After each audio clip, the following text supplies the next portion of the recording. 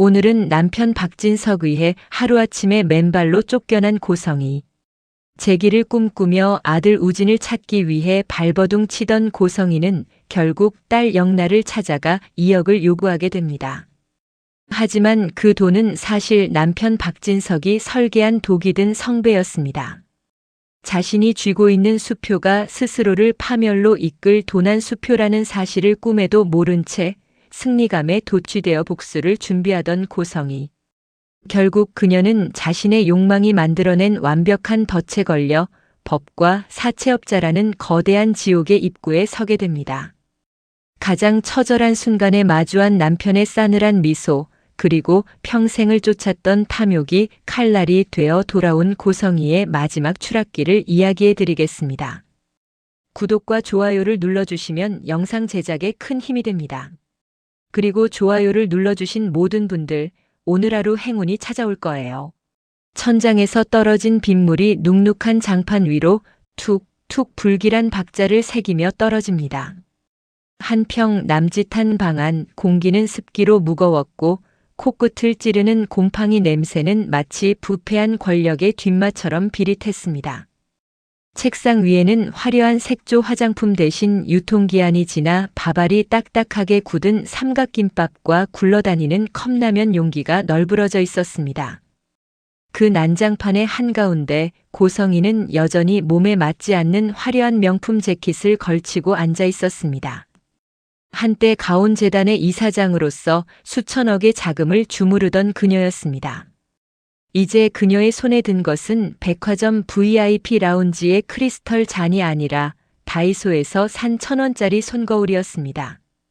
그녀는 깨진 거울 조각에 비친 자신의 눈가를 메우며 떨리는 입술로 중얼거렸습니다. 박진석, 네가 감히 나를 이딴 쓰레기통에 처박아? 내가 누군지 잊었나 본데 난 금방 다시 돌아가. 내 아들 우진이만 찾으면 그때는 니놈 목을 따버릴 거야. 그 잘난 회장 자리에서 피눈물을 흘리게 해줄 테니 기다려. 그녀는 발악하듯 립스틱을 짙게 덧칠했습니다. 거울 속의 여자는 이미 광기에 젖어 있었습니다. 하지만 고성이는 꿈에도 몰랐습니다. 이 좁고 비참한 쪽방조차 박진석이 설계한 거대한 지옥의 입구에 불과했다는 사실을. 박진석에 의해 맨발로 쫓겨나던 날 고성이는 자신이 금방 재기할 줄 알았습니다. 그녀의 인맥, 그녀의 명성, 그리고 숨겨둔 비자금이 자신을 지켜줄 거라 믿었습니다. 그러나 강남의 화려한 호텔들은 정지된 카드를 내미는 그녀를 차갑게 외면했고 소위 라인이라 믿었던 사람들은 전화를 받지 않았습니다. 수중에 쥔 현금 몇만 원이 그녀가 가진 전 재산이었습니다. 서초동 뒷골목의 허름한 여관방을 전전하며 그녀의 하루는 처절하게 무너져 내렸습니다. 한 끼에 수십만 원을 호가하던 오마카세와 최고급 와인에 길들여졌던 혓바닥은 이제 편의점 폐기 도시락의 인공적인 조미료 맛에 길들여졌습니다. 비단 침구 대신 땀 냄새 밴 누런 장판 위에서 밤을 지새울 때마다 그녀를 가장 고통스럽게 한 것은 배고픔이 아니었습니다. 그것은 바로 밑바닥까지 추락했다는 사실을 인정해야만 하는 자존심의 붕괴였습니다.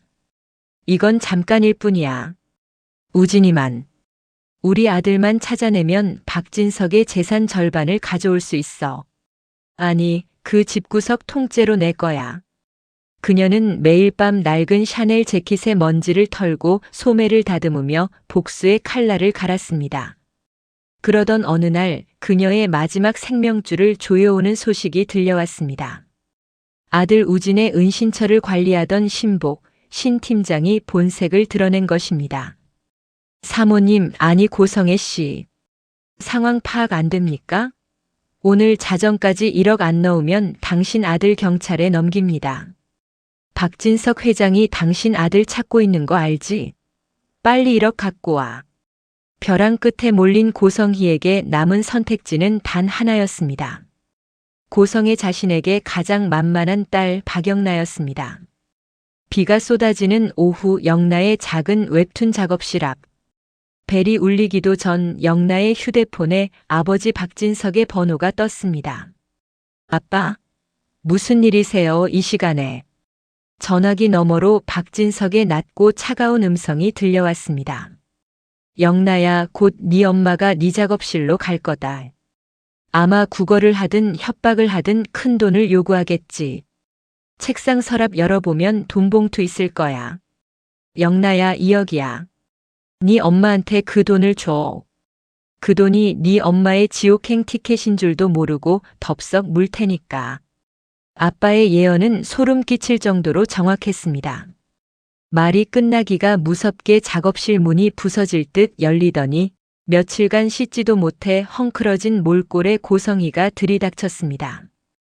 고성이는 들어오자마자 영나의 작업용 태블릿을 구석으로 밀쳐버리고 소파에 거만하게 주저앉았습니다. 영나야, 너 2억 마련할 수 있지? 엄마 죽는 꼴 보고 싶지 않으면 대출을 받든 이 지저분한 작업실을 빼든 당장 돈 구해와. 뻔뻔한 요구에 영나는 멍한 표정으로 엄마를 바라보았습니다. 한때 우아함의 상징이었던 여자는 온데간데 없고 눈이 뒤집힌 괴물만이 그 자리에 있었습니다. 엄마, 꼴이 이게 뭐예요? 일단 좀 앉으세요. 밥부터 차려드릴게요. 따뜻한 국이라도 좀. 지금 내가 밥이 넘어가겠니? 내 아들 우진이가 죽게 생겼는데. 네가 내 핏줄이면 나부터 살려야 할 거 아냐? 너 이번에 웹툰 대박 나서 계약금 두둑하게 받았다며? 그거 당장 내놔. 영나는 가슴이 찢어지는 통증을 느꼈습니다. 눈앞의 여자는 엄마가 아니었습니다. 자식을 오로지 돈을 뽑아내는 도구로만 보는 짐승이었습니다. 영나는 아버지가 미리 맡겨둔 봉투를 서랍에서 천천히 꺼냈습니다. 여기요, 엄마. 이게 제 전 재산이에요. 이거 받고 제발 다시는 절 찾지 마세요. 5천만 원권 수표 4장 총 2억 원을 확인한 고성희의 눈에 번뜩이는 광기가 서렸습니다. 고성희는 걱정하고 있는 딸의 얼굴은 쳐다보지도 않은 채 돈 봉투를 소중한 보물인 양가슴에 품고 비릿한 미소를 지으며 사라졌습니다. 돈을 챙긴 고성희는 그 길로 서초동의 유명 이혼 전문 로펌으로 달려갔습니다. 마치 다시 이사장이 된 듯 턱을 한껏 치켜들고 거만한 걸음걸이로 사무실에 들어선 그녀는 변호사 앞에 수표 한 장을 내던졌습니다. 착수금 1억이에요. 당장 박진석 상대로 이혼 및 재산 분할 소송 준비하세요. 반드시 그 인간 재산 절반, 아니 그 이상을 뜯어내야겠으니까. 변호사는 수표를 확인하고 정중히 고개를 숙였고 고성희는 승리감에 취해 밖으로 나갔습니다. 고성희는 남은 1억을 들고 곧바로 부산행 KTX에 몸을 실었습니다. 신 팀장에게 돈을 주고 우진이를 데려와 박진석을 압박할 최후의 카드를 완성하려 했습니다. 부산 영도의 어두운 폐상가 건물. 바닷바람이 들이치는 스산한 사무실에서 신 팀장이 담배 연기를 내뿜으며 그녀를 맞이했습니다. 사모님, 현찰로 가져오라니까. 수표라니. 뭐 조회해보면 나오겠지. 신 팀장이 부하 직원에게 수표를 건넸습니다. 조회를 시작한 지 몇 분 지나지 않아 모니터를 보던 직원의 얼굴이 하얗게 질렸습니다. 팀장님, 이거 도난 신고된 수표인데요. 경찰 전산에 바로 수배 떴습니다. 순간 신 팀장의 눈빛이 돌변했습니다. 그는 거칠게 고성희의 멱살을 잡고 벽으로 밀어붙였습니다. 이 할망구가 누굴 범죄자 만들려고 작정했나? 고성혜, 너 지금 우리랑 장난쳐? 도난 수표를 들고 와? 그와 동시에 고성희의 휴대폰이 요동쳤습니다. 조금 전 계약했던 변호사였습니다. 고성혜 씨, 당신 미쳤어요? 당신이 준 수표 박 회장 개인 금고에서 도난당한 번호와 일치해요. 지금 우리 사무실에 형사들 들이닥쳤다고. 계약은 파기입니다. 아니, 나까지 엮이기 전에 당신 고소할 거야. 고성희의 머릿속이 하얘졌습니다. 모든 것이 박진석의 치밀한 설계였습니다. 그는 고성희가 숨겨둔 비자금 통로를 미리 파악해 금고를 털었고 그 돈을 도난 수표로 등록해 두었습니다. 그리고는 딸 영란을 통해 다시 고성희의 손에 쥐어준 것이었습니다.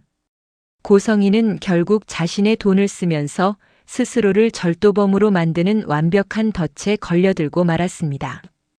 차디찬 유치장 철창 너머로 구두 소리가 울려 퍼졌습니다. 고성희는 고개를 들어 멀리서 걸어오는 박진석을 발견했습니다. 그녀는 철창을 붙잡고 짐승 같은 비명을 질렀습니다. 박진석, 이 악마 같은 놈, 네가 어떻게 나한테 이래? 내 돈 가지고 나를 범죄자로 만들어? 네가 사람이야? 박진석은 무표정한 얼굴로 그녀 앞에 멈춰 섰습니다. 그의 눈에는 증오조차 남아있지 않았습니다. 오직 벌레를 보는 듯한 혐오만이 감돌았습니다. 고성혜, 네 탐욕이 결국 너를 여기까지 끌고 온 거야. 내가 준 돈이 아니라 네가 훔치려 했던 너의 그 더러운 욕망이 너를 가둔 거지. 스스로 판 무덤이 마음에 드나? 박진석은 품 안에서 휴대폰을 꺼내 신 팀장에게 현금 5억 원을 송금한 화면을 보여주었습니다. 그리고는 신 팀장한테 전화를 걸어 말합니다. 그 모습에 고성희의 눈이 경악으로 커졌습니다. 이 여자를 당신들에게 맡기겠소. 수표 때문에 경찰 조사를 받게 하든 아니면 그 손해를 이 여자에게서 직접 뽑아내든 당신들 마음대로 해. 안 돼. 박진석 여보. 내가 잘못했어. 제발. 고성희의 처절한 외침은 굳게 닫히는 철문 소리에 묻혔습니다. 화려한 이사장에서 도난 수표를 유통한 범죄자로, 그리고 이제는 법의 보호조차 받지 못하는 사채업자들의 먹잇감으로 전락한 순간이었습니다. 박진석은 뒤돌아서며 마지막 한마디를 던졌습니다. 썩은 살은 도려내야 새 살이 돋는 법이지. 고성희, 이게 내가 너에게 주는 마지막 배려야. 죽지 마라. 네가 저지른 그 추악한 죄의 무게를 그 좁은 방에서 평생 견디며 살아. 철창 안에는 오직 고성희의 광기 어린 울음소리만이 메아리치고 있었습니다. 그녀가 평생을 바쳐 쫓았던 화려한 권력은 단 한 조각의 도난 수표와 함께 차가운 재가 되어 사라져가고 있었습니다. 이 드라마가 앞으로 어떻게 전개될 거라고 예상하시나요? 그리고 어떻게 흘러가길 원하시나요? 댓글창에 자유롭게 남겨주세요. 그리고 혹시 영상 초반에 깜빡하고 좋아요를 누르지 못하셨다면 지금 좋아요 눌러주시고 행운 받아가세요. 영상 제작에 아주 큰 힘이 됩니다. 그럼 시청해주셔서 감사합니다. 행복한 하루 되세요.